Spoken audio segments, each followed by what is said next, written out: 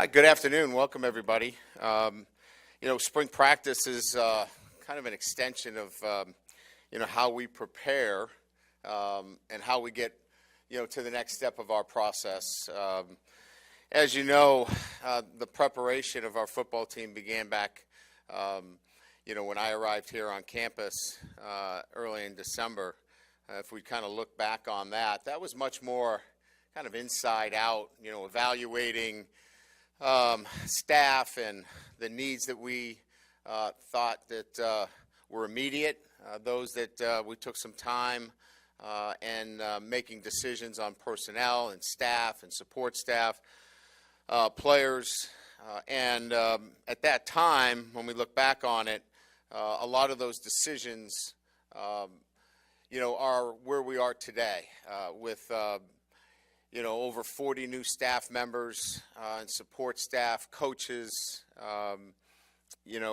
everybody that touches the team is part of this overall total preparation. And certainly, I know we all, are focused on the first practice and getting out there and, who's competing for what job. But I just wanted to give you the perspective of, the head coach and what I'm looking at every single day. And, it's really about this total preparation of, starting with, how do we physically prepare our football team? And, and it's not just in the weight room. It's been about their nutrition and how they've been eating. It's been, getting the right amount of sleep. It's been certainly the training, the conditioning element, but the physical preparation has been different for them. I'm not here to say that we're better than what's been done in the past, but it's been an adjustment for our football team. And what I can tell you is that I've been really pleased with the consistency of approach. Guys are certainly in a new environment with new standards, and like anybody else, it's been hard. It's not been easy for them. We're all creatures of habit, and the habits that they had were different. And so there's been a give and take, a push and a pull, if you will. But I got to tell you, as I stand here before you, I don't know that I would be saying this, is that I'm really excited about the overall group in terms of their grit. They want to do this. This is important to them. Even though it hasn't been easy on a day-to-day basis. I'll give you an example. We asked them to fill out a personal wellness questionnaire on their phone every day, because we're creating habits. Good habits lead to good things happening in everything they do, in the classroom, in the community, on the football field. And, at the other place I was at, it took a while for us to get that done. We went 7 days, 7 consecutive days where we had every guy filling those questionnaires out 100%. That, to me, those were the signs that there's the kind of commitment that I'm looking for. So suffice to say that we're in now that next phase after the physical. We're in that technical and tactical phase where we get to now apply football, right? So when we talk about, and you hear me talk about total preparation within our process, we now get to add some football. So now we're going to start to work on the technical and the tactical as it relates to the game of football. We'll do that in this spring phase where we get to have practices and we get to talk about technique and we get to talk about how the units come together, offense, defense, and special teams. And we'll need to have a great attention to detail and great focus. We'll need to have a great attitude. We'll need to be smart in how we do things. And then the final piece of that will be the mental preparation. How we do that consistently at a high level over a longer period of time. So that's kind of where we are right now as we kind of move into spring practice. We get to add the next layer. There's been a lot of physical preparation. Now we get to add the technical and the tactical preparation, but always with building these habits on a day-to-day basis. So I don't want to kind of get too far ahead where I know you want to talk about who's going to be the starting quarterback, who's going to be the mic, who's going to be the boundary corner, I know, and you should be, and I know everybody that is subscribing and everybody wants to know those things, and I'll answer a lot of those questions, but I'm giving you the perspective of what does spring ball mean to me and where we are in that process on a day-to-day basis. And just to give you from 35,000 feet, as I said, on January 4th, we had 39 scholarship players, 39. As I said, on August 4th, when we report our first day, we're going to get to 84. We might not get to 85, but we're going to be at 84. So we'll get the roster back to where it needs to be in very short order. Mid-years, as you know, we took 17. Look, that is not how I will build a program here at LSU year in and year out. But we needed to address that gap that I just mentioned to you. For us to get to 84, this isn't AAA. This is the SEC. So you better have a full roster of really good football players when you show up. You can't have 72 scholarship players, or the guys running down on the field, they're not going to be SEC players. So we had to address it. We did. We've got within there a number of guys, 10 in particular from the state of Louisiana, that are either high school or mid-year transfers that love the state, that wanted to play here, and are coming back to play here. So there had to be a tie, and that tie is real. And, we're excited about that. I think, certainly, the battles themselves, I will say this. Why'd you take this guy? Why'd you take that guy? Here's what we told our group. As we build this roster, my job, is to build competition at every position. If you don't like competition, this isn't the place for you. I came down here because I love competition. So it starts with me, and it's going to run through every position. If competition is not what you like, then there's another school for you. And so at every position, we're going to build it with competition. If you love to compete, LSU's the place for you. Now, we're going to measure that, right, with making sure that there's smart decisions. We're not just going to bring guys in because we want you to compete with 3 number ones at a position. But we feel like any decisions that we made at particular groups, we wanted to up the competition within those groups. So with that, I think we're done, aren't we? Is that the full hour? Damn, I tried to get it as close as I could. That's kind of an overview. I just really wanted to give you a perspective of what spring means to me going into my I think this is my 31st or 32nd spring.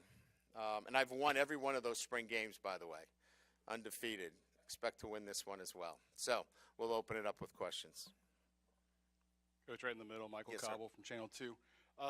2 questions. What would be a successful spring for you at the end of this? And then how do you want your staff to teach it? Holistic, part whole? How do you approach that? Yeah, I think those are good questions. I think first and foremost, I think any coach wants to make sure that first and foremost that you're healthy, right? You don't want any kind of injuries that impact your roster. Having said that, you can't go into a spring practice afraid to compete. We're going to go into it and we're going to compete. We're going to tackle. We're going to do the things that you need to develop, as I mentioned, total preparation in the technical and tactical end of things.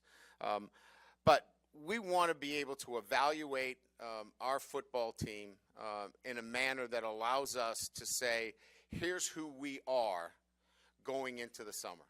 Here's our strengths. Here's our weaknesses. I want to expose them in the spring. I don't want to cover them up. I want to know who we are so we can go to work on those when I get into camp in August so I can start addressing those things. So creating situations within the spring so we can address those types of situations. It's whole, part whole in terms of methodology. And I would say, really at the end of the day, the most important thing is how we talk to our kids. Create a positive coaching environment in how we talk to them on a day-to-day basis. That's how you want to leave spring. Coach Kelly, Garland Gillen, Fox 8 New Orleans. I don't need to know who's the starting quarterback tomorrow, but I don't know, so I couldn't give you a good answer. Didn't expect that. Your 4 scholarship quarterbacks, will they all be available to throw Yes. tomorrow? How do you decide the repetitions that they get each day? How are you going to split up between these 4 scholarship quarterbacks? Yeah, that's certainly the number one question that should be asked is how do you figure this out? It probably was the one area that I spent more time with Mike and Joe than what concept are we putting in the passing game. We're going to go seniority to start, 1 through 4, first in to last in, and then the next time it might be last in to first in, until we get into a rhythm that allows everybody to get enough reps where you can start to break those out. But you got to give it enough work before you can start parceling them out. I'll give you an example. We start off every practice with a tempo period. It's 12 reps. So A and B are going to split the first group of 6 reps, 3 and 3. C and D are going to split the next 2 at 3 and 3. So every day, right, somebody's going to get 3 and 3. Another group's going to get 3 and 3. It could be different in terms of who that first guy is, but that rotation will happen every day. It'll be similar. We do a 6-4 rotation. Ones get 6, 2s get 4 reps. So it's 10 total reps. Each one of them, in some fashion's got to get some first reps, but it'll be broken up with 4 guys working through 10 reps. And that's how we're looking at it throughout the entire spring. Hey, Brian, Brody Miller with The Athletic. It's been documented how you were able to convince Miles to come back from the portal. So I guess just could you walk us through what those conversations are like when you then, with him when you then bring Jaden in? Again, I think we started with we just wanted to add more competition, and that nobody has the starting position. Go earn it. You've worked hard. He's changed his body. He's healthy. Remember when you threw, I think it was 4 touchdown passes against Missouri? You're an outstanding quarterback. Why can't it be you? And the same thing for Nuss, the same thing for Jaden. So I think it's just the inner confidence that they all have in themselves that they can be the starter. Coach Ed Daniels, WGNO New Orleans. Hey, Ed. Nice to see you, Coach. Thank you, Ed. You too. Could you take us through the whole Arizona State quarterback thing? Did he contact you? Was there a lot of interest from you? And does his ability to use his feet intrigue you? And do you think you need that in your quarterback in today's college game? Yeah, Ed. So certainly, once Jaden had made the decision to go into the portal, right, which that starts the whole process, is the young man made that decision to go in the portal. There's discussions because, we're looking at the portal like, the free agency board, right? The lights go on. There's internal discussions. Is this somebody that we want to bring in? Does he fit our culture? Is this a guy that, we think fits the offense? And so there's internal discussions for a couple of days.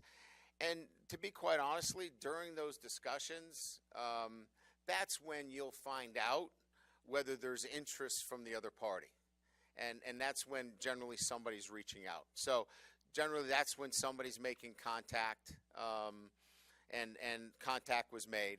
And then it was up to us to see if we were going to reciprocate. And obviously we did. Now, the second part of your question would be his ability to extend. I think he brings more than extending plays, actually. He was in an offensive structure and system which was really built towards ball control this past year, playing to a very good defense. We think that there's a lot that has not been tapped into with his ability to be a dual-threat quarterback. He's got arm talent. He's got a high IQ. And he can run the football. He's a talented runner of the football. He wasn't asked to do that. He was more of an extender of plays. We think that there's much more to it than what he's brought over the last couple of years. Yeah, Brian, right here, front row. Yes, sir. Ron Higgins, the Tiger details. How much did you? I know everybody gets a fresh start, but how much did you or any of your coaches look at last year's film just to see everybody's individual skill set, see what you had to work with? Do you look at much of that? Absolutely. Yeah, I think we looked at, every game that the guys played last year, and that's important from just what they did well, what they didn't do well, what they can improve on, and then we just put that away and then went to work on where they are right now. And because sometimes, like you said, some guys want a fresh start. But some other guys, want an opportunity to build off of what they did last year, because, quite honestly, you look at some of these guys and, they don't have pads on, right? And some look better than the other. And then you look at a guy like Jack Besh who just makes plays. And I'm not saying he doesn't look good, but, you watch a Hilton run around, and that young man, he can run all day. And then Jack Besh, what he can do watching him on film. So you want to build off of guys, and you want to let other guys grow at the same time. I think this spring allows us to kind of build on those observations. On the injury front, Wilson Alexander with the Advocate. Yes. Is there anyone who is going to be out for the entire spring, or who might miss the start of practice? From an injury standpoint, we've got, I would say, Armani Goodwin is going to be back. He's healthy. I mean, I know he's a guy that's been out for a while. I think from a defensive standpoint, I think we look pretty good across the board, other than Major Burns will probably, with his foot, not be available for us for most of the spring. Garrett Dellinger is coming back from shoulder surgery. He won't be available for us. But by and large, it looked like a very, MASH kind of list when I got here. Looks really good, going into the spring in terms of having a number of players available. And, of course, you'll get access on that first day to kind of, pull out your sheets and check off the numbers. So I'm sure you'll report back to me moving forward who I missed, because I don't pay attention to that stuff. So you'll tell me why wasn't somebody out there. So we'll play that game after the first practice. Hey, Coach. Lon Phillips Sullivan from LSUodyssey.com. Yes. You just barely mentioned Jack Besh. You offered him very early in his recruitment. He went on a visit with you and to South Bend Yes, a few sir. years back. What excites you most about coaching a player like Jack? I'd say first and foremost, his confidence level is his mental, approach to the game is like a senior. He understands the difference between, a preparation mindset and a performance mindset. Like when he prepares, he knows how to prepare, but when it's time to perform, it's a totally different level. That's a rare attribute, and you don't see it a lot. I've seen it in only some high-level NFL guys that have played for me. It's a unique trait that he has. And like I said, if he walks in here, you're like, well, he must be a reporter. It was a joke. I got a couple of laughs. Kelly offended the entire reporting crew when he got there. But he just, you know what I mean? He just has that ability. And he's a really good, fine athlete, too. Coach, here on your right, Shea Dixon with 24/7. For many years, spring ball had started in early March, and then the school went on spring break, and then they picked up. What was the benefit, or what is the benefit of waiting and just going right through all 15 practices? Well, there's not necessarily a benefit in terms of extending. We would have benefited more in terms of extending the calendar. We weren't prepared to practice. So we needed more time with our guys. We needed more conditioning elements with our football team. Just frankly, just needed more time with them. So what you'll see is, like next year, we'll go before spring break so we can extend, because you don't have to count the break as countable days when you extend that way. So there is no real benefit other than we weren't prepared yet, in my eyes. We needed more time in the weight room. We needed more time developing some of the things that I talked about earlier before we jumped into practices. Brody Miller with The Athletic. Obviously it was a complicated situation with John Emery last year. I guess, do you know yet if he's going to be able to go this season, and kind of also just what you've seen from him this winter? Yeah, so if they're out there on the practice field, here's what I'm going to tell you. They've passed a robust test of consistency with academics and a day-to-day accountability. Other than that, I can't tell you that he's getting all A's and he's going to be eligible and he's going to be a starter, but he is making the positive progress that we had put him. He's above the line. The standards that we've set for him, he's meeting them. And there's a number of guys that I didn't think would make it, and I'm not saying he's in that. They have exceeded my expectations. Brian, you're right. Matt Moscona with ESPN Radio.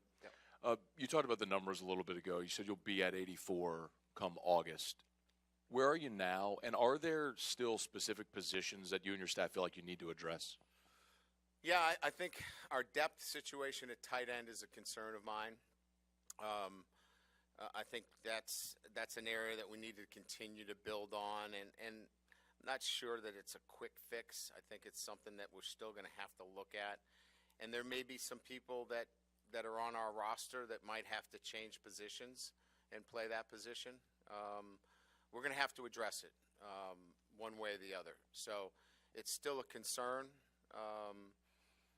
There might be some movement there in the transfer portal after spring ball, but it is a concern.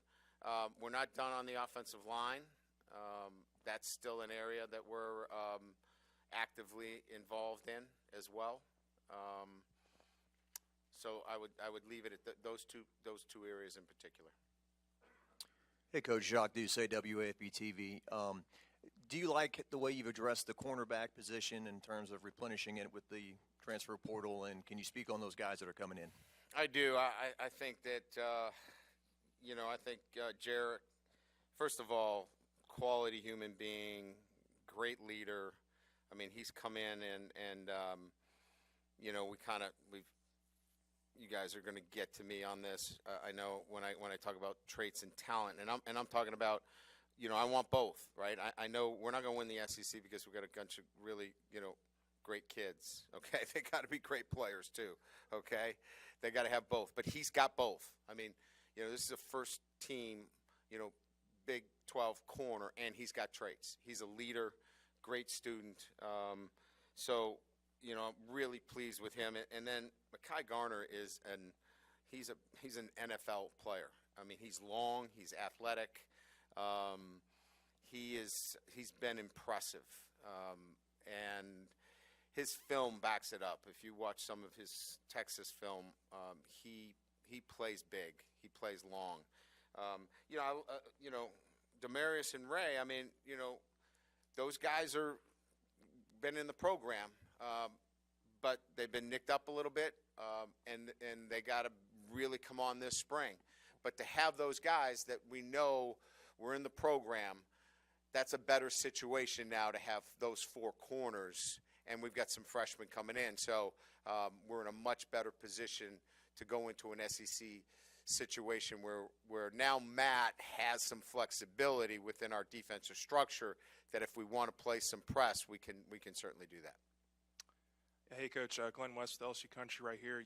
You touched on the high transfer numbers that you guys brought in. Just what do you like about that group as a whole? Obviously, a lot of these guys are from Louisiana and kind of have that background. Just what have you seen from them, maybe from a leadership standpoint, since they got to campus? Well, I think there were some certain things that we were looking for. So there was positional need, right? So we were looking at positional need. We wanted guys that wanted to be at LSU, that wanted to be part of bringing LSU back to a championship level, right? And that was a single-minded focus. It wasn't, hey, I didn't get my due, and I got this and I got that at the other place. No, I want to go to LSU and I want to win a national championship. So they had to have the right mindset. They had to be thinking right about the transfer. Positional need, Louisiana, and then they had to have something that really attracted to me, and that was recommendations from others that they were leaders, and they've all proven to be that so far. Coach T-Bob Bear, ESPN Radio. In an earlier press conference, you were talking about offensive line and how kind of fundamentally believe it's a development position. And so when you're trying to affect a year one turnaround and you have so many question marks of that group, how are you looking to what's your approach? Well, we brought in 2 transfers. We're recruiting another player at that position right now. So 3 veteran players, plus I believe that there are players on this roster that will develop in time before we play our first game against Florida State that will change that narrative in terms of where we were back in, February when we had that conversation. So, and that's our job, right? I mean, to change these conversations from when we first have them to where they are. Now, your eyes will tell me that. Like, you'll get a chance to watch practice and go, that guy don't know what he's talking about. They still stink. Or, you know what, they look like they're improving. And so,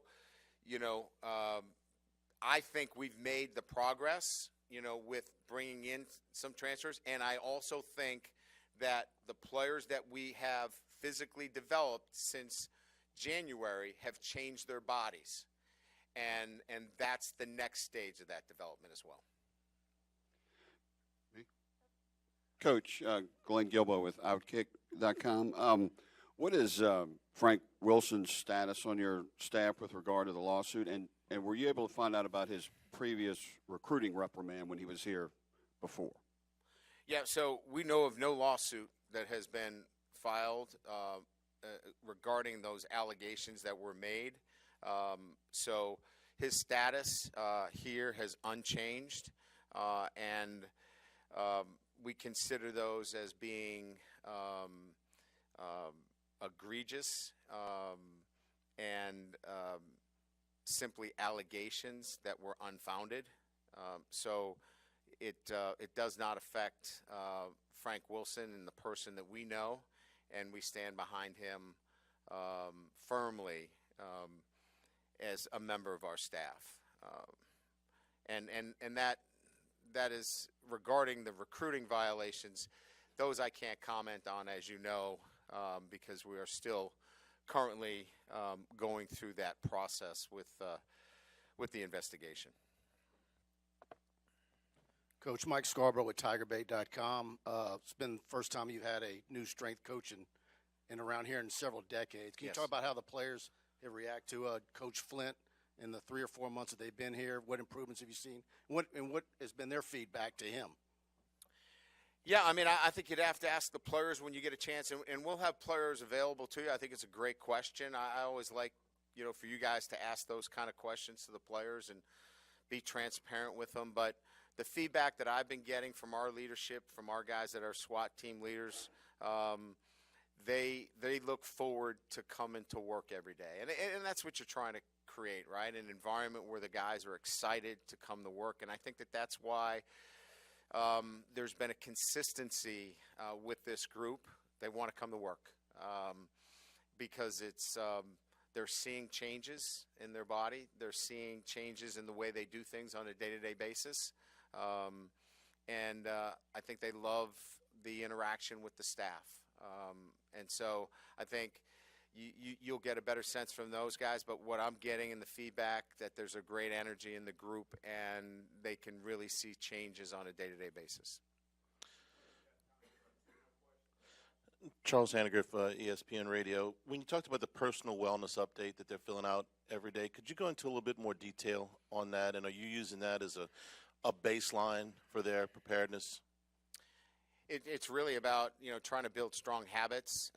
And so this consistency of approach is one where it's really important to me.